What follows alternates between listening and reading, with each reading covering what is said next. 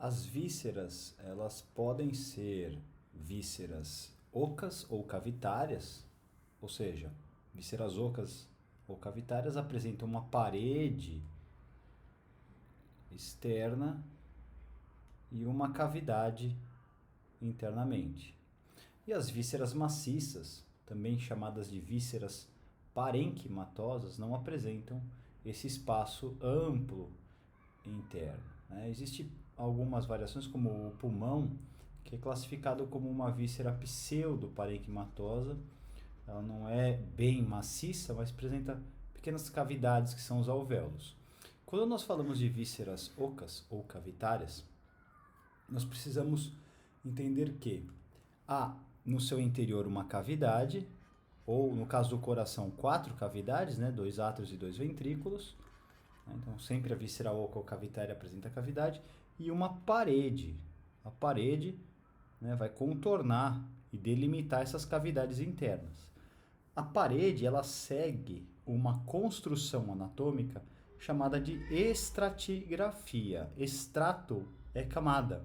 Então, por exemplo, a parede do coração é formada por uma camada interna, o endocárdio, uma camada muscular, o miocárdio, e uma camada externa, que é o epicárdio.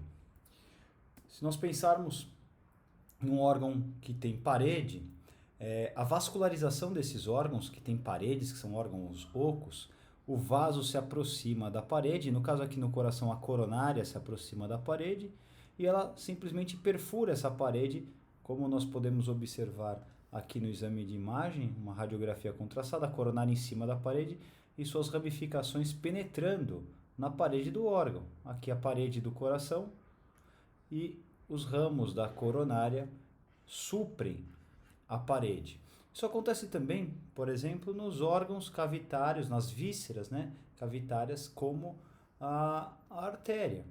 A artéria é um órgão que tem uma cavidade interna, chamada de luz ou lúmen, e uma parede. No caso das artérias, a parede é trilaminar. Apresenta uma túnica interna, uma túnica média e uma túnica externa. Entre essas túnicas, interna e média e externa, as lâminas elásticas, no caso das grandes artérias. Essa parede apresenta músculo liso, a túnica média é de músculo liso. E eu preciso nutrir essa túnica.